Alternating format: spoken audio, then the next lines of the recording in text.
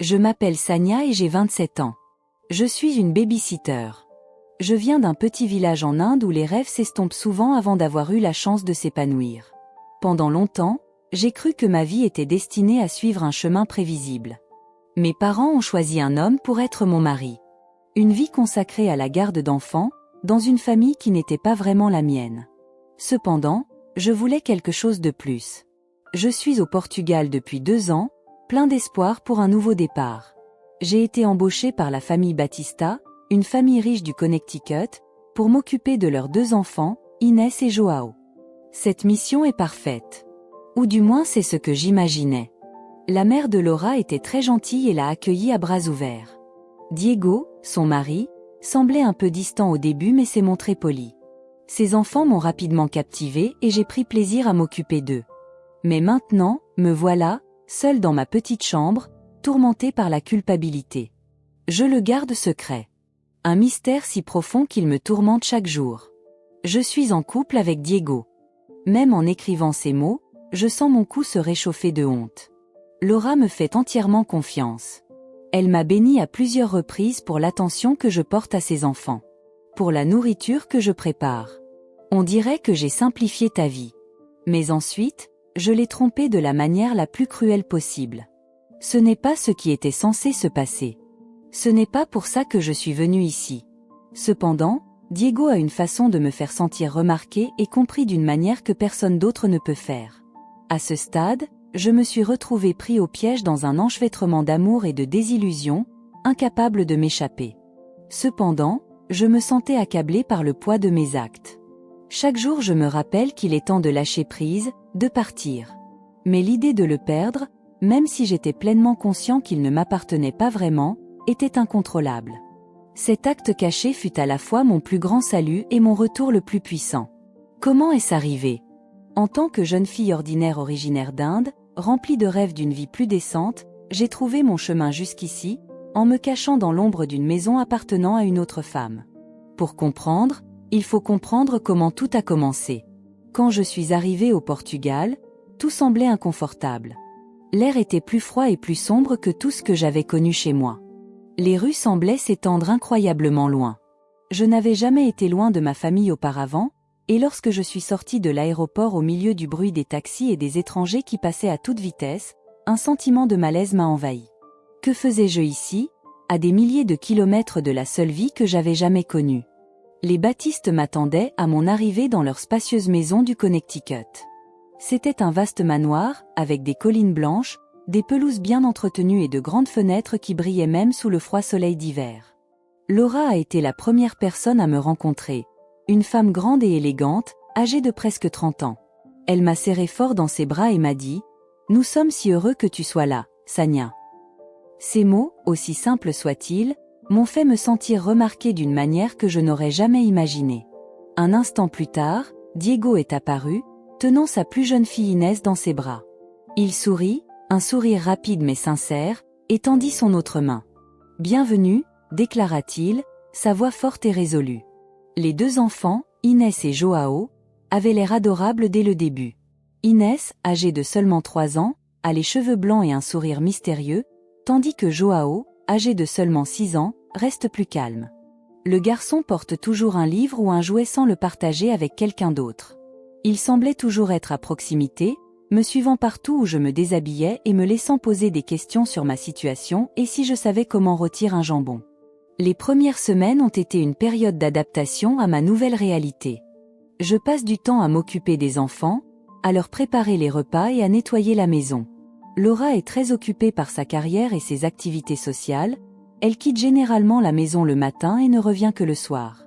Diego, en revanche, travaille à la maison plus souvent que je ne l'aurais cru. Il a un bureau à domicile au 2e étage, et même s'il le garde pour lui, je ressens toujours sa présence. Au début, je n'y ai pas beaucoup pensé. Il était poli mais distant, souvent absorbé par son travail ou distrait par son téléphone. Il montrait peu d'intérêt pour ses enfants, même s'il semblait les aimer à sa manière. Je l'imaginais simplement comme un père portugais occupé prenant soin de sa famille. Cependant, au fil du temps, j'ai commencé à remarquer certaines choses. La façon dont sa voix était tendue quand il me parlait, la façon dont il détournait le regard quand nous nous croisions dans le salon, la façon dont il me demandait comment s'était passée ma journée, même quand Laura était là. Au début, je pensais que c'était juste une amitié sans valeur. Ce n'est qu'une nuit, quelques mois après avoir quitté l'entreprise, que j'ai commencé à remarquer un changement. Je venais de mettre les enfants au lit et je nettoyais la cuisine quand Diego est arrivé. Il s'habillait de façon décontractée, portant un jean et un t-shirt. Ses cheveux étaient noirs, légèrement ronds, comme s'il avait passé ses mains dedans. « Tu n'es pas obligé de faire tout ça », a-t-il commenté en montrant les casseroles que je lavais. « Cela fait partie de mon travail », répondis-je en souriant, même si mes mains tremblaient un peu pendant que je travaillais. Il est sorti sur le toit et m'a regardé pendant un moment. Il a néanmoins ajouté que vous en faites plus que nécessaire ici. Laura et moi avons de la force grâce à toi. Il y avait quelque chose dans son ton qui me faisait hésiter. Je l'ai regardé et pour la première fois, j'ai remarqué l'intensité dans ses yeux. Il ne s'agissait pas d'une question de politesse propre à un homme d'affaires, mais de quelque chose d'entièrement différent. Je viens de finir de faire la vaisselle rapidement et je me suis excusée pour aller dans la chambre. Cependant, cette nuit-là, alors que j'étais allongée dans mon lit, je ne pouvais m'empêcher de revivre ce moment dans mon esprit. Sa voix est devenue lointaine, ses yeux se sont éloignés de moi. À partir de cette nuit-là, tout a commencé à changer. Diego semble me donner plus de raisons d'être avec lui quand je suis seule. Il me posait des questions sur des sujets triviaux, restait dans la cuisine pendant que je préparais les repas ou proposait de m'aider dans des activités qui ne nécessitaient pas sa participation. Même si j'essayais d'ignorer les pensées qui persistaient dans mon esprit, leur présence rendait les choses de plus en plus compliquées. Je me suis convaincue qu'il n'y avait rien là, que je créais simplement des situations dans ma tête. Mais au fond, j'en suis conscient. Un lien se forme entre nous. Quelque chose qui me rend à la fois nerveux et extrêmement émotif. La nuit où tout a changé, je n'avais aucune idée de ce qui allait se passer. La nuit était calme, le genre de calme qui me rend généralement nerveux quand il s'agit de sécurité. Laura a assisté à une soirée de charité, elle portait une élégante robe noire, ses cheveux lâchés dans un style sophistiqué. Diego est resté à la maison, disant qu'il avait du travail à finir, pendant que je m'occupais de mes tâches habituelles, mettre les enfants au lit et prendre soin de mon hygiène personnelle. Je me souviens m'être bénie en aménageant la buanderie dans la chambre. La maison était silencieuse, un silence qui venait souvent après le bruit du dîner des enfants. J'ai entendu des pas autour de moi et quand je me suis retournée, j'ai vu Diego assis à la porte. Il ne portait pas son t-shirt et ses chaussures habituelles, mais juste un t-shirt basique et un jean. Ses cheveux sont un peu en désordre. « Allez-vous continuer vos activités ?» il a demandé, sa voix plus douce que d'habitude. « Juste de la lessive. » Je lui ai souri en retour alors qu'il s'approchait et s'asseyait sur le bord du lit. « Et Sania, tu n'as à t'inquiéter de rien. Vous nous avez beaucoup apporté. »« Je m'en fiche », a-t-il déclaré, même si ces mots ont provoqué une vague d'émotion en moi. Il resta silencieux un moment. Il m'a juste regardé pendant que je raccrochais mes vêtements. Son expression était illisible. Alors, presque sur un coup de tête, il a commenté. « Vous avez un talent incroyable avec les enfants. Ils t'aiment. » J'ai senti une lumière devenir plus forte au niveau de ma taille et se concentrer sur mes vêtements et mes mains. « Rien. Ces enfants sont incroyables. Et toi ?» Il continua, la voix un peu plus basse. « Vous avez considérablement amélioré leur vie. Je ne comprends vraiment pas comment nous aurions pu faire ça avant ton arrivée. » Il y avait quelque chose dans la façon dont il le disait qui faisait battre mon cœur plus vite. Je l'ai regardé et nos regards se sont croisés. Pendant un moment, aucun de nous n'a bougé. L'air autour de nous semblait épais, rempli d'une atmosphère jamais exprimée auparavant. « Bien sûr. Comment puis-je t'aider, Diego ? » Je commence. Cependant, avant que je puisse finir, il s'est retiré et m'a embrassé. C'était un baiser ferme et décisif. C'était rempli de désespoir, d'émotions refoulées, de libération, tout à la fois. Pendant un instant, j'ai ressenti de la chaleur. Mon esprit me criait d'abandonner, de le repousser. Puis quelque chose s'est produit en moi. Je l'ai embrassé en retour, mes mains tremblantes alors que je l'attrapais. La buanderie a été laissée derrière, quelque peu négligée, tandis que Diego m'a rapproché. Sa main était chaude et sûre sur ma poitrine. Je pouvais sentir la force dans ses bras, la façon dont il m'entourait, comme si j'étais quelque chose de précieux. Quand nous nous sommes finalement séparés, j'étais si triste que je ne pouvais même pas le regarder. Mon cœur battait fort et une vague de honte m'envahit. Nous ne pouvons pas faire ça, m'écriai-je, ma voix presque inaudible. Je le sais, dit-il. Cependant, la façon dont il me regardait racontait une histoire différente. Cette nuit-là, je restais éveillée sur le côté, repensant sans cesse à ce baiser. Je me suis dit que c'était une erreur, un moment de faiblesse qui ne se reproduirait plus. Mais au fond, je connais la vérité. Il y avait un changement entre nous, quelque chose que je ne pouvais m'empêcher de remarquer. Le lendemain, j'ai essayé de l'éviter autant que possible. Concentrez-vous sur vos activités, gardez les interactions avec lui courtes et formelles. Mais chaque fois que nos regards se croisaient, je ressentais cette connexion froide et indéniable. Peu de temps après, nous avons franchi à nouveau la ligne d'arrivée. Cette fois, l'incident s'est produit dans la cuisine. J'étais en train de couper des légumes pour le dîner quand il est arrivé derrière moi, sa présence me faisant frissonner. « Priya », dit-il doucement, sa voix presque comme un cri. Je me suis tournée vers lui et avant que je puisse dire quoi que ce soit, il a attrapé mon visage et m'a embrassée.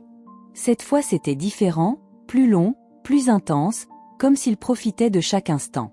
À partir de ce moment-là, il n'y avait plus de retour en arrière possible.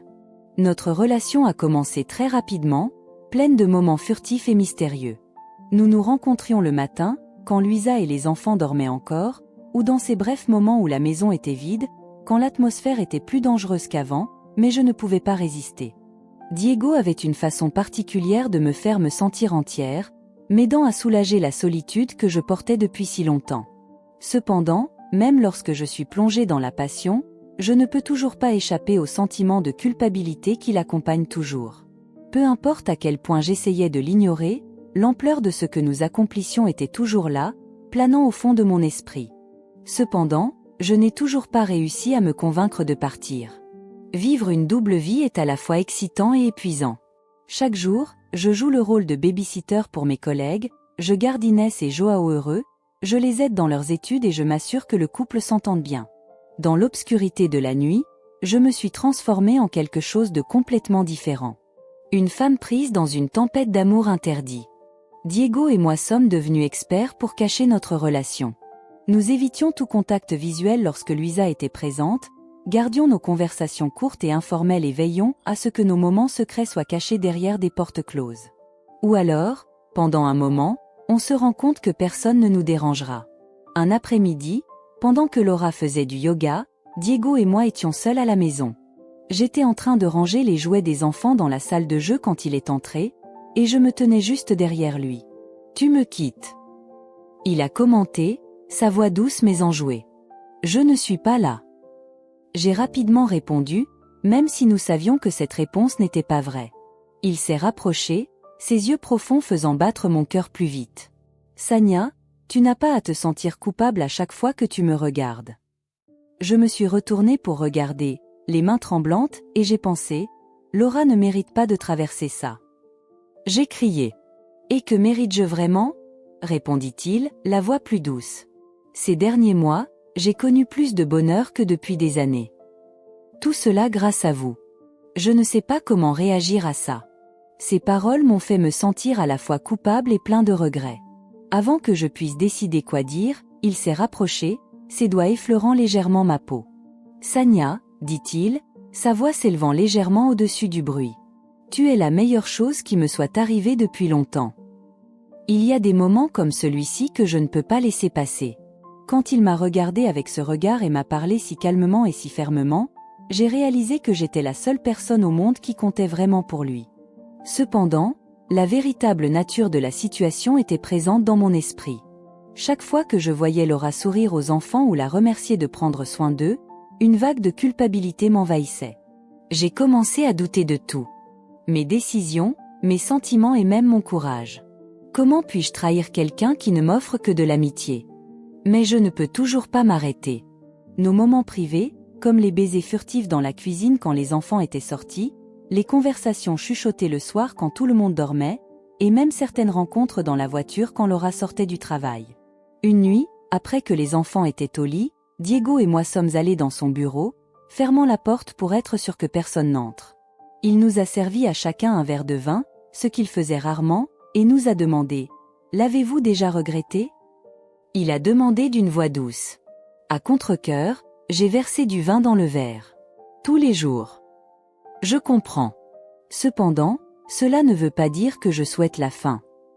Il a pris ma main, nos doigts entrelacés. Moi aussi. Il parlait doucement. Le poids de ces mots reste toujours présent en moi et ce que nous avons est réel. Une partie de moi n'arrive pas à croire que ce n'est qu'une question de temps avant que tout ne s'effondre. Le responsable est comme une ombre, toujours en suspens, toujours présent. Peu importe à quel point Diego essayait de me rassurer, je ne pouvais pas faire taire la voix intérieure qui me rappelait sans cesse la trahison que je commettais chaque jour. Elle m'a fait part de l'importance qu'elle me portait et de la force qu'ils avaient à me garder dans leur vie. Sa confiance en moi n'avait aucune valeur, et cette confiance se transformait en une douleur intense chaque fois que j'étais avec son mari.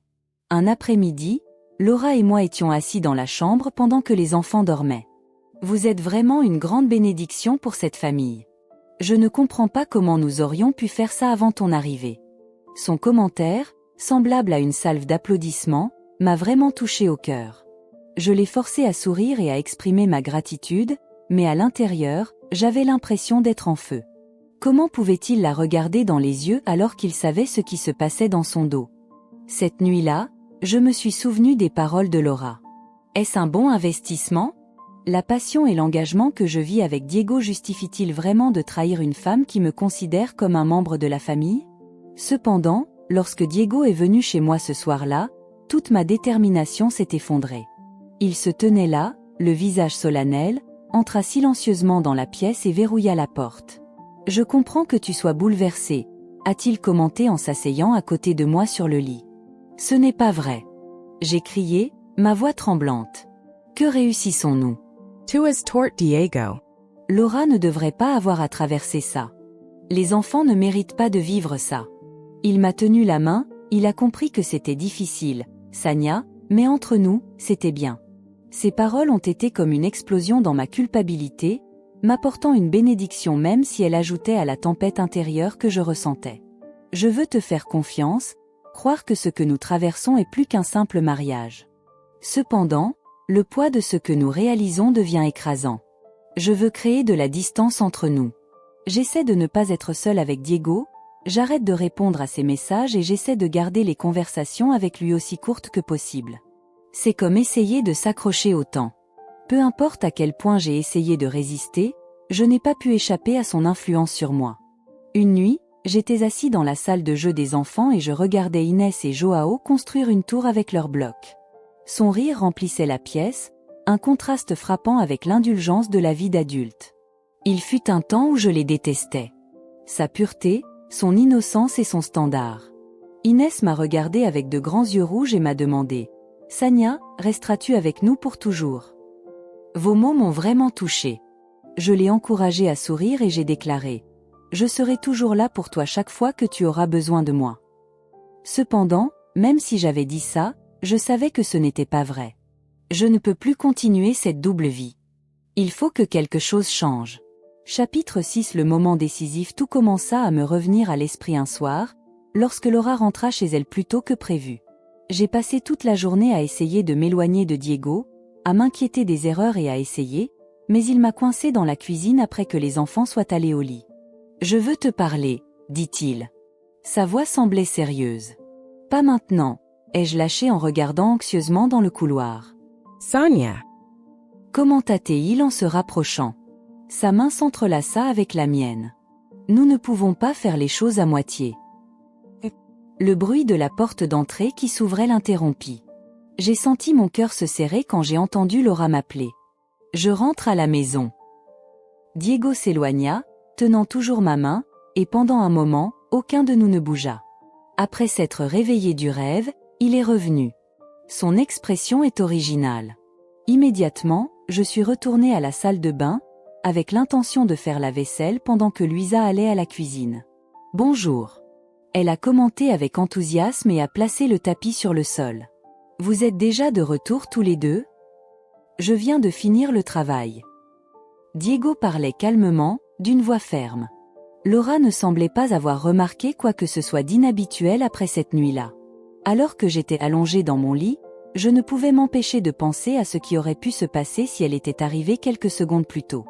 Les risques que nous prenions semblaient assez élevés et pour la première fois, j'ai commencé à me demander si cette attitude était vraiment la bonne. Le lendemain, Diego a essayé de me parler à nouveau, mais je l'ai évité en disant que j'étais occupée avec les enfants. J'ai besoin de temps pour réfléchir, pour comprendre ce que je veux vraiment. Cette nuit-là, alors que j'étais assis seul dans ma chambre, Diego a frappé à ma porte. Cette fois, je t'ai laissé entrer. Il faut qu'on arrête. J'ai parlé avant qu'il puisse dire quoi que ce soit. Son bras s'éloigna alors qu'il s'approchait. Sania, je comprends que tu sois inquiète, mais ce n'est pas seulement de la peur. Je l'interrompis, Sania, fais-moi confiance. Mes enfants m'aiment beaucoup. Je ne peux pas continuer à parler de ça. Il s'est assis à côté de mon lit et a passé sa main dans mes cheveux. Crois-tu que je ne le regrette pas? Chaque jour, je porte un sentiment de culpabilité. Cependant, je réalise aussi que mes sentiments pour toi sont sincères. Tu ne peux pas l'éteindre. Leurs paroles m'ont blessée, mais ils n'avaient pas tort de me blâmer. Peu importe ce que nous ressentons. Je l'ai dit de manière subtile. Nous faisons du mal à des gens qui ne méritent pas de vivre ça. C'était la première fois que je remarquais une faiblesse dans ses yeux. Sania, commenta-t-il, la voix tremblante. Je ne sais pas comment te dire au revoir. J'ai regardé par la fenêtre, les larmes aux yeux. C'est peut-être le moment de déterminer ce qu'il faut faire. Les jours qui ont suivi ont certainement été parmi les périodes les plus difficiles de ma vie. J'ai essayé d'éviter Diego autant que possible, en mettant toute mon énergie à prendre soin d'Inès et de Joao. Mais chaque fois que j'essaie d'avancer, le poids de nos attitudes disparaît, gardant un rappel constant des limites que nous avons franchies.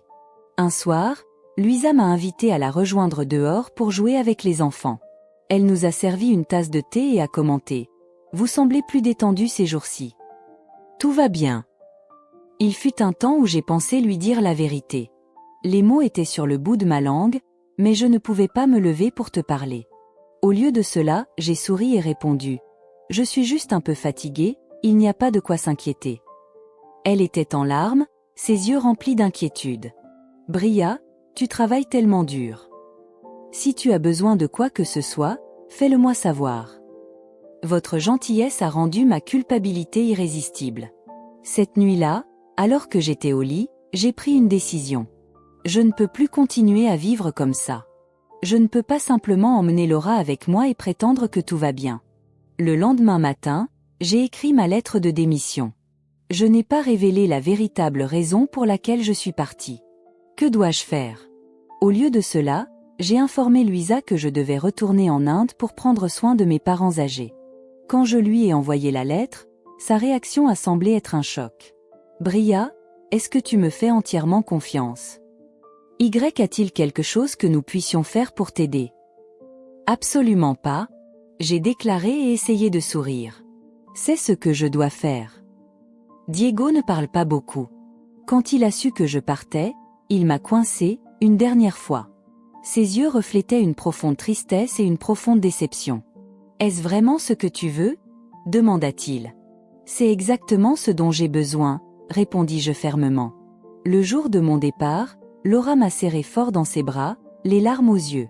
Inès et Joao m'ont accueilli, m'ont invité à rester, et cela a nécessité tous mes efforts pour ne pas m'effondrer. Diego se tenait à la porte, les mains dans les poches, le visage impassible. Alors que le bus quittait la maison, j'ai ressenti un étrange sentiment de soulagement et de tristesse. Je sais que j'ai pris la bonne décision, mais cela ne rend pas la douleur que je ressens moins forte. Même maintenant, assis dans mon modeste appartement, loin de la communauté baptiste, je continue à penser à eux. Je n'arrêtais pas de me demander si Laura avait déjà soupçonné quelque chose, si Diego avait changé, si Inès et Joao se souvenaient encore de moi, mais surtout, je me demandais si un jour je m'excuserais pour ce que j'avais fait. Ce que j'ai fait, pour l'amour je l'ai pris, pour la confiance que j'ai trahie et pour la vie que j'ai laissée derrière moi.